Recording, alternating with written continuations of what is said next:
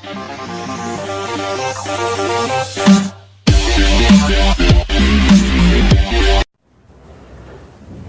عليكم ورحمة الله وبركاته. معكم في قناة فانتام كريبر في حلقة من الحلقات ردة فعل The Game Theory. طبعا اليوم حلقتنا هنكمل جزء جديد من الألعاب سلسلة Game Theory حق فناف أو فايف نايتس at فريدي. خلينا نتفرج نكمل السلسلة. في الحلقات السابقة كانت حلقات مرة قوية، لكن خلينا نشوف إيش الحلقة هذه هيحكي لنا Game Theory فيه وإيش اللي خلينا نعرف إيش اللي صاير. يعني نبدأ.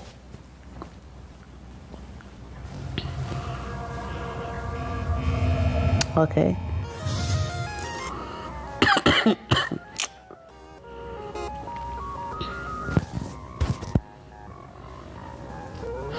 ترى الغلط هو حركة المونتاج حقه رائع جدا.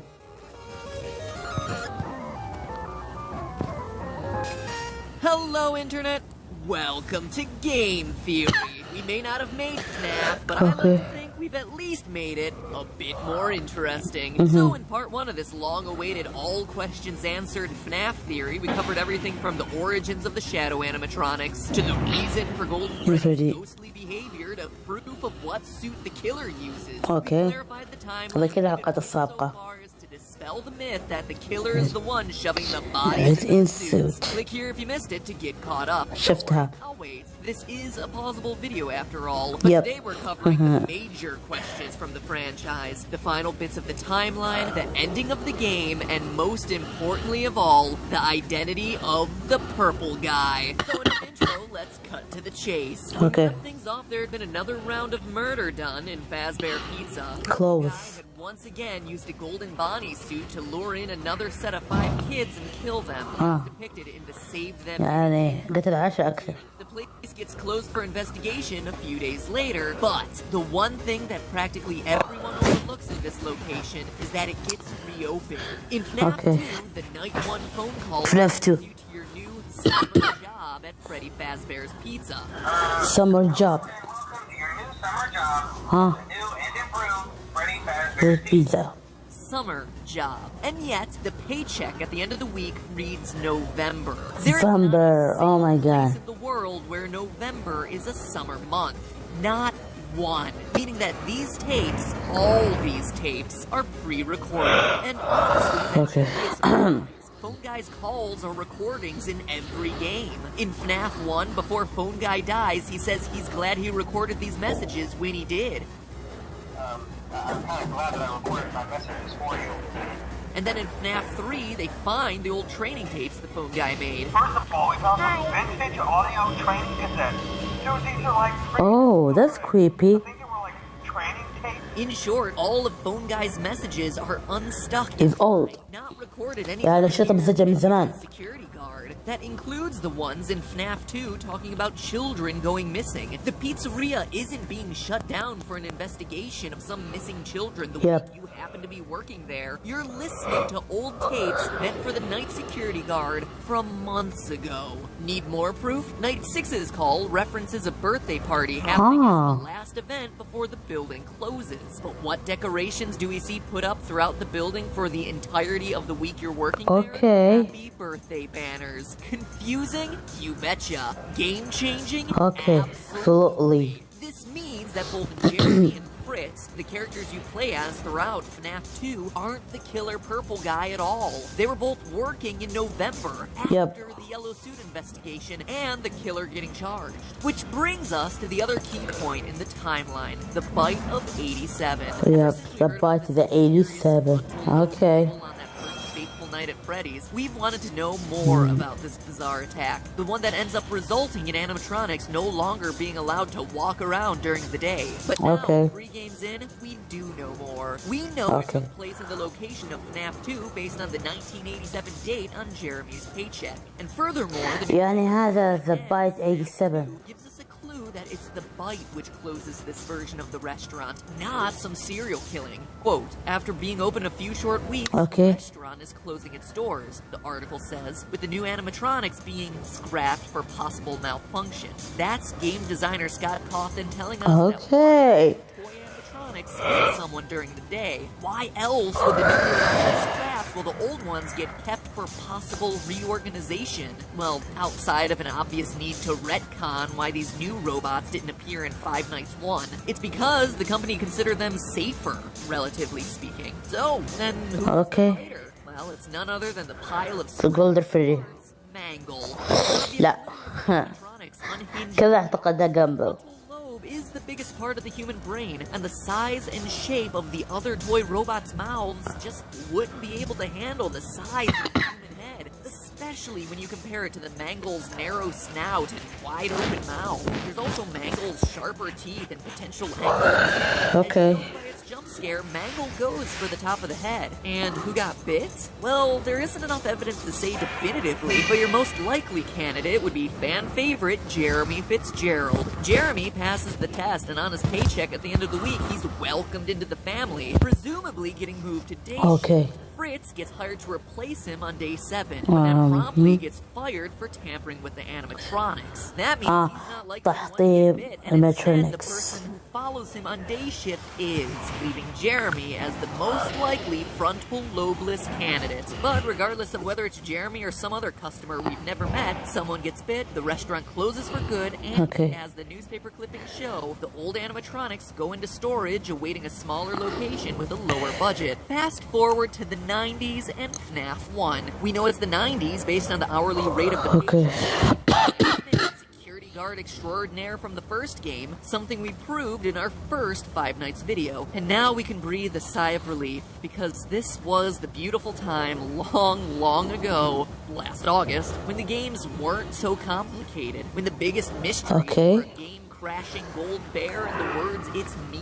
No death minigames, no puppets, no need to shoehorn in extra overcomplicated storylines. That all would come later when the first game became a smash hit and got itself some sequels. And boy did those sequels make things complicated, as full-featured 8-bit minigames revealing more details about this location from the original game. First things first, we know that the purple guy kills 5 children here. We see it in the Go minigame from Go minigame. Runs past a grinning purple guy to see 5 dead bodies. Sorry, no fireworks this time, Foxy. And how do we know it's the FNAF 1 location? Well, it's the only time in the game when Foxy's stage, Pirate Cove, is located to the west of a dining area. See how he performs for the children by running to the right? That matches the map layout of the FNAF 1 pizzeria. We also know from the FNAF 3 minigames that this is where the purple guy dies, inside a golden spring-lock Bonnie suit. Near the back. One built so that it would never show up on camera, conveniently explaining why it never appeared in the first game. But hold on, weren't those safe rooms sealed up a long time ago? I mean, we touched on this last episode, but the old recordings of Phone Guy we listened to throughout FNAF 3, that's weird. These rooms closed off, discontinued, and will never be mentioned again. Why would a location 20 years later possess a safe room unless it was the same building as the first Freddy Fazbear's Pizza location? That's why it's in such disrepair when we see it in the FNAF 3 minigames. Boarded up with rats on the floor. It's been closed down for years. Which also means the dead kids from the Foxy Go minigame aren't another set of new victims. Because seriously, at this point, the killer would have made his way through like a short bus full of pizza-hungry children. No, those kids are the first 5 dead kids. The ones who would eventually possess Old Bonnie, Chica, Freddy Foxy, and Golden Freddy. I mean, look, if the animatronics were possessed at this point, don't you think Foxy would be attacking Purple Guy rather than just running past him to perform for some dead kids? This also explains the random cutscene from FNAF 2 where the puppet's looking into Freddy's eyes. You can tell by the tables in the background and the design of both Bonnie and Chica that this is the FNAF 1 location with the old animatronics on stage. But it's not a flash forward to the game's next location, but rather a flashback to the moment the puppet brought these characters, these children, to life. Okay, but that's فهمت الحين. طول وقت اللعبة دي في جزء يوريك المعلومات حق كيف صار. dismantling the animatronics from the security of the safe room one by one. But in doing so, he's unwittingly releasing the spirits of his former victims. Freddy, Bonnie, Chica, Foxy, Golden Freddy. When their powers combine, they are able to scare Purple Guy into the Golden Bonnie spring-lock suit, which fails, crushes him pretty much to the point of death. Okay. Notice we never actually see him die, and the spirits fade away. Golden Bonnie with Purple Guy inside, now known as Springtrap, rots away in the safe room for years until he's finally uncovered by the founders of Fazbear's Fright from the third game. With the discovery of Springtrap, this haunted house attraction inspired by the years of mystery and murder of the pizzeria chain finally has their first real animatronic that haunts the player for 5 nights and a night. That's weird. Until the place burns down due to faulty wiring. The end. Take a bow. It's finally over. Well, kinda. We're still left with one final, seemingly impossible question to answer. Who is the purple guy? Yes. After spending, I kid you not, full days plotting out all the details of this game franchise on whiteboards, talking it over with anyone who would stand to listen to me ramble on and on about fictional haunted robots, and just looking at it from every possible angle, all logic points to it being... Cool. اوكي يا جماعة، هذا اعتقد شوف اعتقد ان هذه هي نهاية الحلقة. ايوه نهاية المقطع. طبعا الحين The Game Theory نفسه قاعد يقول يعني يجيب استراتيجيات، بيحاول يعطيك الزمن اللعبة، زمن المطاعم، يعني من أول ماترونكس وكيف بدأت، في الأجزاء كلها ملخبطة. فأغلبية اللي استنتجوا بعضهم استنتاجات إن اللي كذا كذا كذا كذا، يعني كل لخبطة. فمن جد في أشياء أخرى صارت، وحاليا لحد الحين ما عرفنا عن فريدي فازبير بيتزاريا.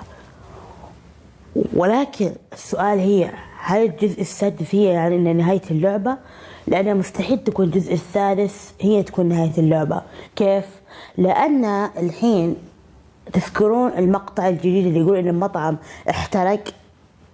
طبعا سبب الاحتراق المطعم بسبب هنري نفسه، هنري اللي صنع الماترونكس اللي قام خطأ سبيم تراب وبيبي كلهم حطهم حرقهم. اعتقد فقرر يرجع يتأكد إن هل هو حقا دمرهم ولا لا، اللي في الجزء الثالث. فطبعا في الجزء الثالث بطل مين حتلعب ببطل هنري، وإذا فهنري كان مخطئ، فإذا ويليام آفتن كان على قيد الحياة. فإذا يا جماعة اللعبة ما انتهت، في أشياء أخرى حاليا. يعني مستحيل تكون مطعمين تحترق مرة واحدة، واحتمال تكون فروع جنب بعض، واحتمال ان في انفاق تحت المطاعم نفسها تستطيع التنقل من مطعم الى مطعم اخر. هذا شيء مؤكد لانه مستحيل بهذه الطريقة. في اشياء اخرى حاليا بنشوف المقطع ان شاء الله في الحلقة القادمة. طبعا اتمنى يعجبكم المقطع اللي سجلته قبل شوية. طبعا كانت مرة رائعة جدا المقطع، وإذا عجبكم الفيديو لا تنسوا الاشتراك والتعليق وتفعيل التنبيه، وأيضا أهم شيء هو رأيكم في التعليقات. أبى رأيكم في التعليقات، وأهم شيء إنك تسوي مشاركة اضغط على كلمة مشاركة وشاركها لأصحابك عن طريق الفيسبوك عن التواصل الاجتماعي. كانت معكم في قناة فان تايم كريبر. مع السلامة.